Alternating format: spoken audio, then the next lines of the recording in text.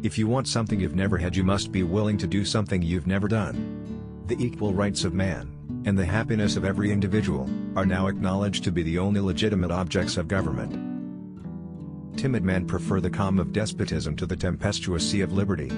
I think one travels more usefully when they travel alone, because they reflect more. It is an axiom in my mind, that our liberty can never be safe but in the hands of the people themselves, and that too of the people with a certain degree of instruction.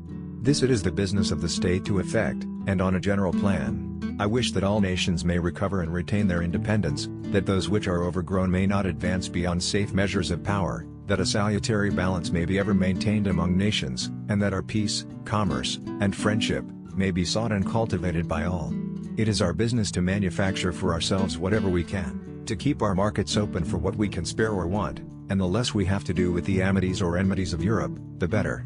Not in our day, but at no distant one, we may shake a rod over the heads of all, which may make the stoutest of them tremble.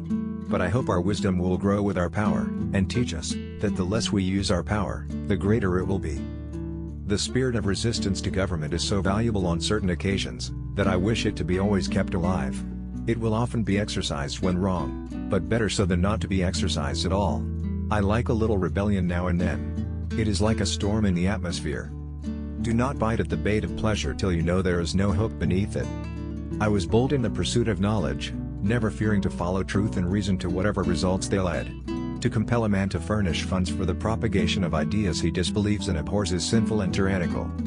When injustice becomes law, resistance becomes duty. Tyranny is defined as that which is legal for the government but illegal for the citizenry. I like the dreams of the future better than the history of the past. How little do my countrymen know what precious blessings they are in possession of, and which no other people on earth enjoy. Every day is lost in which we do not learn something useful.